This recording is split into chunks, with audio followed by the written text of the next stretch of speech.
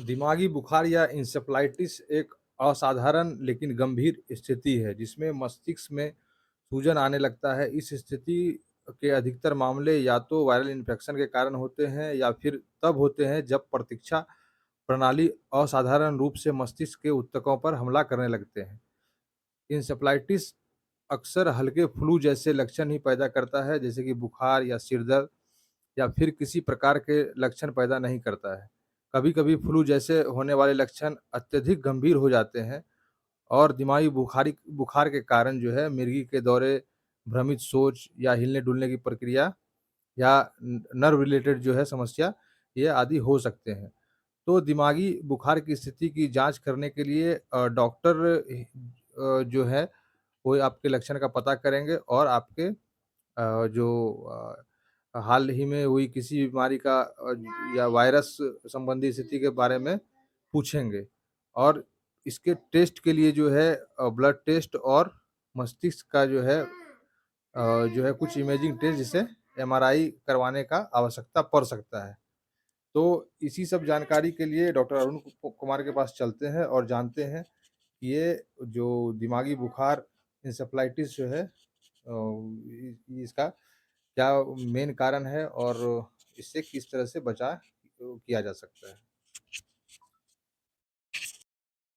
Thank you doctor चंदन। जैसा आपने बताया, बहुत ही महत्वपूर्ण जानकारी दी कि इंकेफेलाइटिस जो कि ब्रेन के जो लेयर्स हैं, जिनके फाइलस बोला जा सकता है, उसको ये इन्फ्लेम्ड कर देता है, उसमें परिवर्तन लाता है और इसकी वजह से उसका स्वेलिंग होता है और जो भी उसके लेयर्स हैं वो डिस्टर्ब हो जाते हैं और धीरे धीरे ये फंक्शनल रूप ले लेता है, उसके फंक्शन में कमी आ जाती है। और ये इन्फ्लामेशन कई बार देखा गया है कि ऑटो इम्यून हो सकता है या इन्फेक्शन ड्यू टू वायरल या बैक्टीरियल या टिक बॉर्न हो सकते हैं। और जैसा आपने बताया कि दिमागी बुखार या चमकी का जो सिम्टम जो कि पिछले दिनों बिहार में बहुत ही कॉमन था, उस पर मैं अलग से चर्चा करूँगा। बट पहले मैं ये बताना चाहूँगा कि अगर कोई व्यक्ति को इंसेफेलाइटिस है तो उसके क्या लक्षण हो सकते हैं, कैसे पता चलेगा कि ये व्यक्ति इंसेफेलाइटिस का शिकार है, क्योंकि इसमें भी बुखार आती है, फीवर आती है जिस और हेडेक होता है, जो कि बहुत सारी बीमारियों में कॉमन है। Then how can you differentiate other diseases from the encephalitis? इसके लिए एक तो आजकल नए ज़माने में नई तरह का जो मशीनरी है उसके द्वारा तो हम करते ही हैं, CT scan, MRI, easy, ECG वगैरह से हम पता करेंगे और पेट सीटी से।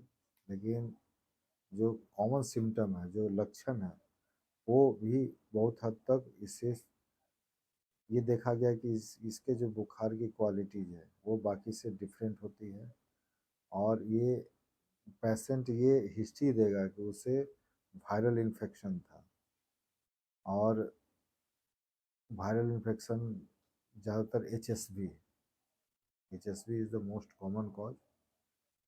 उसके पहले मैं दो तीन बातें जो बोलना चाहूँगा, जो कि फिजिकल सिम्टम के आधार पर पेशेंट को जब लिटा के गर्दन के पीछे जब हाथ करते हैं तो वो स्टिफनेस मिलता है। ये नेक स्टिफनेस एसोसिएटेड होता है, जो कि डिफ्रेंशिएट करता है कि ये अदर जैसे टाइफाइड फीवर, मलेरिया फीवर या बहुत सारी बीमारियों में जो फीवर आती हैं, दैट इज़ डिफरेंट फ्रॉम इनके इंसेफेलाइटिस। इंसेफेलाइटिस में जो कोटिंग है, चूँकि उसका इन्फ्लामेशन होता है, तो ये जो पूरा स्पाइनल कॉर्ड से लेके जो ब्रेन की कवरिंग है, वहाँ पर स्टिफनेस होने से पेशेंट को apart from that confusion, agitation, hallucination या मिर्गी अटैक, ये जो सीजर अटैक रहता है, loss of consciousness, semi consciousness, irregular movement, उसकी बॉडी का मूवमेंट डिस्टर्ब हो सकता है क्योंकि इनसे पहले का इन्फ्लामेशन हो रहा है। मस्कुलर वीकनेस हो सकती है, प्रॉब्लम देखने में, सुनने में, जो भी चूँकि सेंसरी सिस्टम है उसमें दिक्कत हो सकती है। बच्चों में जैसा कि आपने बताया कि चमकी, जो कि वायरल फीवर है, पीडियाट्रिक एज ग्रुप में बहुत ही कॉमन था। ये जो गर्मी का सीज़न आ रहा है, इसमें अक्सर देखा गया है बिहार के कुछ ज़िलों में, खास करके जो गंगा से उस पार का जो ज़िला है, चूँकि वहाँ जैसा कि एसोसिएटेड बोलता है लीची वगैरह काफ़ी मात्रा में खाई जाती है, उसमें कुछ पाया गया है that is responsible for the encephalitis, but it is not documented, what I have heard in the paper or through the social media. सो उस तरह के केस में क्या कॉमन है जो कि इसे बाकी से अलग करता है? तो ये चूँकि बच्चों में जो ये बल्जिंग, सॉफ्ट टिश्यू की बल्जिंग हो जाती है, चूँकि उनका fontanelle अभी जड़ा नहीं होता है, अटैच नहीं होता है, तो उसमें स्वेलिंग होने से सिर का जो साइज़ है that is giving look of the hydrocephalus, but it's not hydrocephalus, एक साइज़ बड़ा हो जाता है। स्टिफनेस उसमें भी पाई जाएगी, जो नेक स्टिफनेस है, वो बच्चा बार बार उल्टी करेगा, टेंडेंसी होगा, भूख नहीं लगेगा, जो खाया वो उगल देगा। That is the apart from irritability और जो खाने का जो कमी आई है, अपार्ट फ्रॉम दैट ये बच्चों में बहुत ही कॉमन है। और अगर ये बूढ़ों की में या जवान लोगों की बात की जाए, 40-50 के बाद की बात की जाए, जिसमें ऑटो इम्यून इंसेफेलाइटिस है, जिसमें कि ब्रेन के टिश्यू पर एक एंटीबॉडी जाके अटैक करने लगता है, that doesn't difference what is auto what is yellow. तो ये ऑटो एंटीबॉडीज की वजह से जो सिम्टम्स हैं उसके काफ़ी खतरनाक तरीके से दिखते हैं, और पेशेंट के पूरे सिस्टम को, जैसे कि उसकी पूरी पर्सनालिटी ही चेंज हो जाती है ये इंसेफेलाइटिस में। और कई बार देखा गया है कि पेशेंट का जो मेमोरी है धीरे धीरे धीरे धीरे कम होने लगता है, और सोचने समझने की जो क्षमता है, जो पेशेंट का इंटरपर्सनल रिलेशनशिप है, उसे देखने में दिक्कत हो सकती है। सीजर या मिर्गी जैसा आपने बताया कि अटैक हो सकता है इंसेफेलाइटिस में, जो कि बहुत ही कॉमन है ऑटोइम्यून इंसेफेलाइटिस में। मसल वीकनेस या loss of memory, loss of sensation, पूरे बॉडी को ये इन्वॉल्व करता है। अब ये देखना है, जैसा मैंने बताया कि कॉज वायरल इन्फेक्शन से हो सकता है या ऑटोइम्यून से, तो कौन कौन से कॉज कॉमन है इन्फेक्टिव जो इंसेफेलाइटिस है उसमें, कौन कौन से इन्फेक्शन। तो पहले मैं वायरस से चालू करना चाहूँगा। Herpes simplex virus, HSV, HSP1 type 1, हालांकि बोथ का एसोसिएशन है, but type 1 is much common then and causing the cold sore and the fever compare to the two other. Herpes virus भी हो सकते हैं, पस्टिन बार वायरस जो है, entero virus like the polio virus, mosquito borne virus हो सकता है, tick borne virus हो सकते हैं, रेबिज वायरस ऑल्सो काफ़ी रिस्पॉन्सिबल है कराने के लिए। कौन से एज ग्रुप है जिसमें ये रिस्क फैक्टर का काम करता है? दो, I will tell the young children and the older people, both are vulnerable groups, age groups. Apart from that, जिसकी इम्यून सिस्टम, जैसा कि ऑटो इम्यून की भी बात हुई, जिसका इम्यून सिस्टम कुछ कमज़ोर पड़ गया है, वीक हो गया है, जो HIV इन्फेक्टेड है, एड्स का जो पेशेंट है, दैट आर मोर वल्नरेबल, या जो इम्यून सप्रेसिव दवा ले रहे हैं, उनमें ये काफ़ी हद तक पाया जाता है। जियोग्राफिकल रीजन के अनुसार भी ये वैरी करता है। जैसे ही देखा गया है कि अमेरिका के कुछ पार्ट में जो वेस्टर्न इलाका है वहाँ पर ये काफ़ी कॉमन है। इंडिया में भी बहुत सारा एरिया है जो कॉमन है। सीजनल हो सकता है, प्रत्येक सालों भर ये नहीं पाया जाएगा। ये समर के सीजन में जैसा मैंने जो बताया, यूनाइटेड स्टेट्स के कुछ इलाकों में समर सीजन में काफ़ी कॉमन है। अब ऑटोइम्यून जो डिजीज है वो धीरे धीरे धीरे डेवलप होता है। कुछ पेशेंट जो कि स्मोकिंग करते हैं, अल्कोहलिक है, जिनका इम्यून सिस्टम तो कमज़ोर है ही, ऊपर से वो एडिक्शन के शिकार हैं। कई बार देखा गया है कि जो कॉम्प्लिकेशन, इनका कॉम्प्लिकेशन काफ़ी सीवियर हो सकता है अगर उसे अनडायग्नोज किया जाए या ट्रीटमेंट में देरी की जाए। तो it can show in different forms like the persistent fatigue, हमेशा पेशेंट को कमजोरी होगा, चल नहीं पाएगा, भूख नहीं लगेगा, बातचीत करने में दिक्कत होगी, न्यूरोलॉजिकल सिम्टम होगा, मेमोरी लॉस होगा, पेशेंट का स्पीच इम्प्रूवमेंट हो सकता है, देखने में दिक्कत हो सकती है, सुनने में दिक्कत हो सकती है। नाउ कमिंग टू कैसे इससे हम दूर करेंगे। अगर इन्वेस्टिगेशन के बाद पता चला कि नहीं that patient is diagnose with encephalitis, then how to prevent. तो इसमें सबसे पहले कि हाइजीन को कंट्रोल करना होगा, पूरा poor oral hygiene, good hygiene, that is a comparative term. ये देखा गया है कि जो व्यक्ति हाइजीन को अच्छे तरीके से कंट्रोल करते हैं दैट आर मोर स्वास्थ्य, दवा भी उनका अच्छा सूट करता है और उनको ये बीमारी कम से कम नहीं होती है। बच्चों को अच्छी बातें सिखानी होगी, अच्छा हैबिट दिखाना होगा, वैक्सीनेशन के लिए प्रोत्साहन करना होगा, मॉस्किटो रिपेलेंट का यूज करना होगा, इंसेक्टिसाइड का यूज करना होगा, अवॉइड करना है, मच्छरदानी की यूज करनी होगी, जैसा कि टिक बॉर्न है, लाउज बॉर्न है।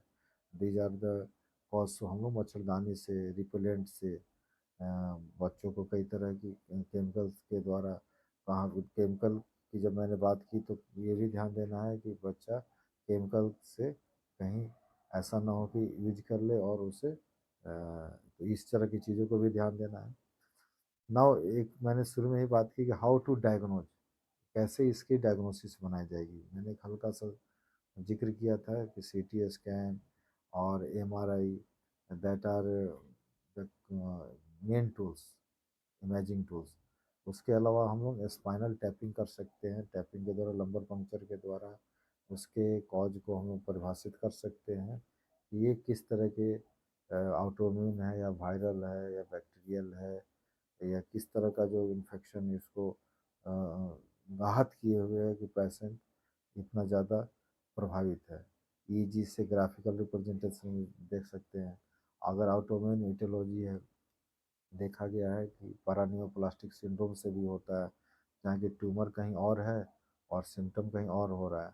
तो पैरानियोप्लास्टिक सिंड्रोम को एक्सक्लूड करने के लिए पूरी बॉडी इमेजिंग की जा सकती है। अगेन वहाँ PET CT, PET MRI, MRI, brain biopsy का यूज सहारा ले सकते हैं। Apart from the, now coming to the treatment part, अगर ये साबित हो चुका है कि पेशेंट को इंसेफेलाइटिस है, जांच से, सिम्टम से, इन्वेस्टिगेशन से, तो कैसे उसे मैनेज करेंगे, कैसे उसे।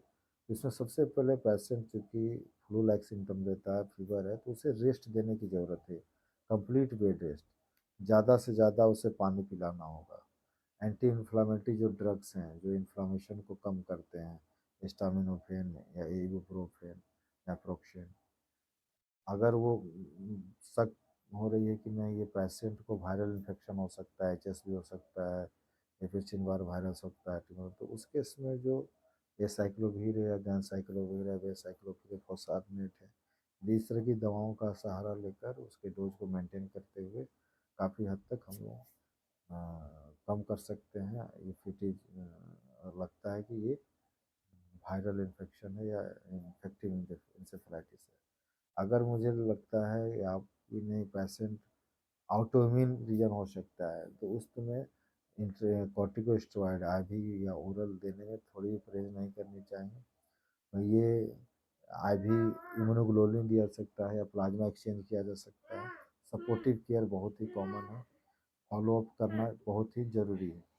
तो इस तरह के केस में डॉक्टर चंदन आप क्या राय देंगे? क्या आपकी राय है, so that we can give more and more to our patient and that will be more helpful. So what is your opinion apart from the supportive care or speech therapy or psychotherapy? ये कैसे आप देखते हैं इस चीज़ को आप? अभी जो गर्मी का मौसम है और जो ये बताएँ कि बिहार में जो है इस तरह का बच्चों में जो काफ़ी देखने को मिल रहा है चमकी बुखार, जिसके कारण जो है बहुत सारा हॉस्पिटल, गवर्नमेंट का हॉस्पिटल में बच्चों का संख्या बढ़ जाता है। और जैसा आपने बताया कि जो जो यहाँ मुज़फ्फ़रपुर मुज़फ्फ़रपुर में लीची के कारण या फिर तो इसका कोई डॉक्यूमेंटेशन नहीं है जिसकी वजह से अब कन्फर्म नहीं बोल सकते हैं। और इस जो अभी आप क्या इसमें सजेस्ट करना चाहेंगे जो भी बच्चे जो इससे पीड़ित हैं, उनके लिए आप क्या सजेस्ट करेंगे उसके पेरेंट के लिए? जैसा पहले मैंने बताया कि कुछ दवाइयाँ हैं जो एंटी इन्फेक्टिव हो सकती है, कॉर्टिकोस्टेरॉइड है ऑटोइम्यून डिजीज के लिए। अपार्ट फ्रॉम दैट जो सपोर्टिव केयर, मदर का, पेरेंट्स का सपोर्ट बहुत ही ज़रूरी है। अपार्ट फ्रॉम दैट जो ऑगमेंटेशन थेरेपी है या ब्रीदिंग असिस्टेंस है। नेबुलाइजेशन का सहारा ले सकते हैं, आईवी फ्लूइड्स हम लोग दे सकते हैं। एंटी इन्फ्लामेटरी जो ड्रग्स हैं, कॉर्टिकोस्टेरॉइड इन्फ्लामेशन को बहुत हद तक कम कर सकता है। पेशेंट को अगर सेकेंडरी कॉम्प्लिकेशन है कुछ, तो उसे हम लोग एंटी कन्वल्सेंट देकर, चूँकि सीजर अटैक भी आता है इसमें, तो एंटी कन्वल्सेंट जो थेरेपी डायलैंटिन, फेनिटोइन जो कि कॉमनली है, वो सीजर को प्रिवेंट करने के लिए दिया जा सकता है। इवन कि valproate is also much more helpful in a dosages. Valparin के नाम से भी आता है, सिरप के रूप में भी हम दे सकते हैं। फॉलो अप थेरेपी कॉमन है, कभी भी नहीं सोचना चाहिए कि ये खत्म हो गया। थोड़ी सी सिम्टम आती है या अगर रिमिशन का चांस है, रिकरेंस का चांस है, तो we should consult the physician, जहाँ की वो साइकोथेरेपी दे सकते हैं, फिजिकल थेरेपी दे सकते हैं। ब्रेन रिहेबिलिटेशन का भी एक टर्म बहुत ही कॉमन है। और स्पीच थेरेपी जो कि डिस्टर्ब हो जाता है, चूँकि मैंने बताया कि hearing impairment, speech impairment, these are the common complication. तो उसके लिए भी हम लोग को बात करनी चाहिए बच्चों में। जैसे गार्जियन को हम लोग को काउंसलिंग करने की ज़रूरत है by the psychotherapist. Thank you. अच्छा, इंसेफ्लाइटिस और मेनिंजाइटिस क्या ये अलग-अलग है या फिर एक ही?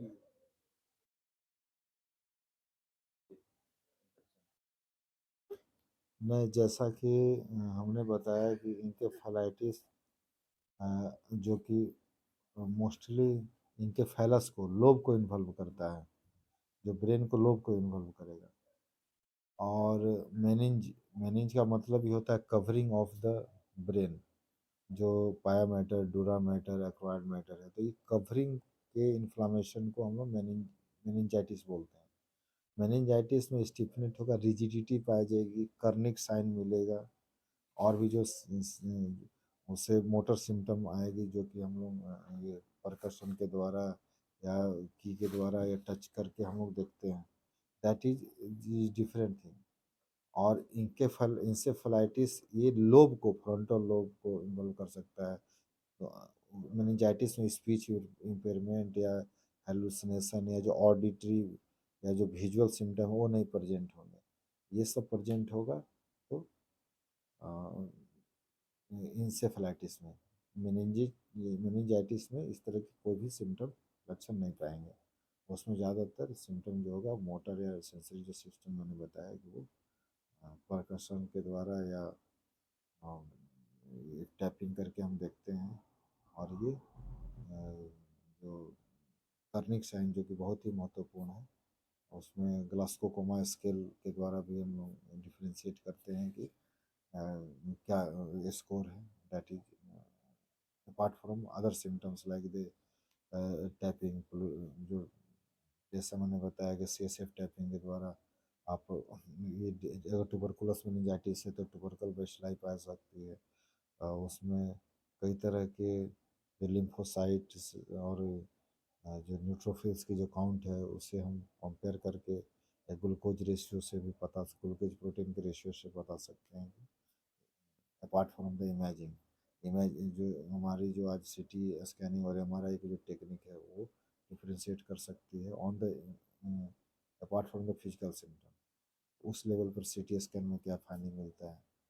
जैसा कि टर्म, कॉमन टर्म है इंसेफेलाइटिस मीन्स की लोब, इंसेफेलस, एंड मेनिंजेस मीन्स की covering, then you can differentiate.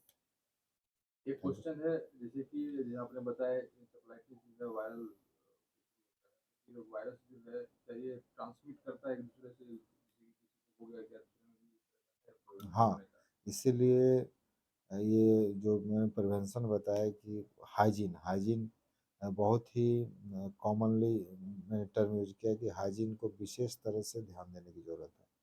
Poor hygiene is common cause of the encephalitis. So contact to contact, जो कॉन्टेक्ट बैरियर मेथड को हम लोग को अपनाने की ज़रूरत है, सो दैट एक पर्सन से दूसरे पेशेंट में ये ट्रांसमिट ना हो। जो रिस्क फैक्टर है उस पर भी ध्यान देना होगा। कई जो रिस्क जो एज हैं वो काफ़ी वनरेबल है। ये मैंने बार बार अपने जो मैंने बोला उसमें बताया कि हाइजीन को आप बेहतर तरीके से रख सकते हैं। अटेंसिल्स को, बर्तन को शेयर नहीं करने की ज़रूरत है। एक व्यक्ति अपना बर्तन अपना यूज कर रहा है, दूसरे से नहीं करना है, क्योंकि ये इन्फेक्टिव इंसेफेलाइटिस ऑटो इम्यून में तो चलिए ठीक है, पेशेंट का ये पर्सनल प्रॉब्लम है, लेकिन जो इन्फेक्टिव रीजन है, जो इन्फेक्टिव इटियोलॉजी है, इसलिए हम लोग वैक्सीनेशन की बात की। अगर पुअर वैक्सीनेशन है तो पेशेंट को इंसेफ्लाइटिस हो सकता है और फिर दूसरे को भी ट्रांसमिट कर सकता है। अच्छी हैबिट बताने की ज़रूरत है, अच्छा हाइजीन मेंटेन करने की ज़रूरत है। और मॉस्क्यूटो वगैरह की नेट के यूज करने के बाद, क्योंकि मॉस्क्यूटो और ticks borne viral encephalitis is a much more common. So to prevent कि कैसे उसकी अटैक कम हो, हम लोग को मच्छरदानी का यूज करना है, रिपेलेंट का यूज करना है, और सो दैट कि one person to second person contact ना हो। अच्छा, इसमें किस तरह का पैथोलॉजिकल टेस्ट वगैरह करवाते हैं?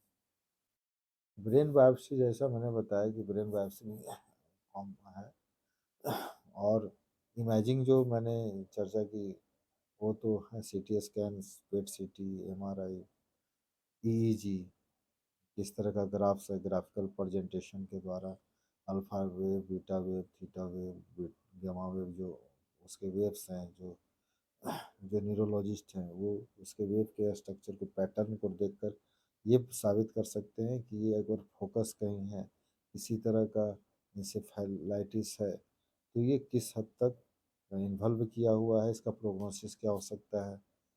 क्योंकि हमने कॉम्प्लिकेशन की बात की कि ये सीजर अटैक भी करा सकता है, मेमोरी लॉस कराता है, विजन को इन्वॉल्व करता है इंसेफ्लाइटिस में। तो ये पार्टिकुलर लोब को, जो पार्टिकुलर जो वायर है, जो हम लोग उसमें जो लीड यूज करते हैं, पार्टिकुलर एरिया में अगर कुछ ग्राफिकल प्रेजेंटेशन आ रहा है, वीडियो ईईजी की बात हमने की, उस तरह से हम डिफ्रेंशिएट कर सकते हैं बीमारियों से कि रियल में इसका फोसाई कहाँ पर है और ये कहाँ, इसकी प्रोग्नोसिस क्या है। और ये न्यूरोलॉजिस्ट की जिम्मेदारी है कि टेक्नीशियन या उसके ग्राफिकल जो प्रेजेंटेशन जो दे रहे हैं उनकी जिम्मेदारी है, जो कि वो लीड लगा रहे हैं, तो वो कहाँ पर टेम्पोरल में, फ्रंटल में, ऑक्सीपिटल लोब में किस लोब को इन्वॉल्व किया है। लीड जो कि बहुत ही जो उसके वेव को कैच करता है, ये सिग्नल को कैच करता है। तो that is much more helpful, doctor Chandan, much more helpful. बहुत बढ़िया जानकारी देने के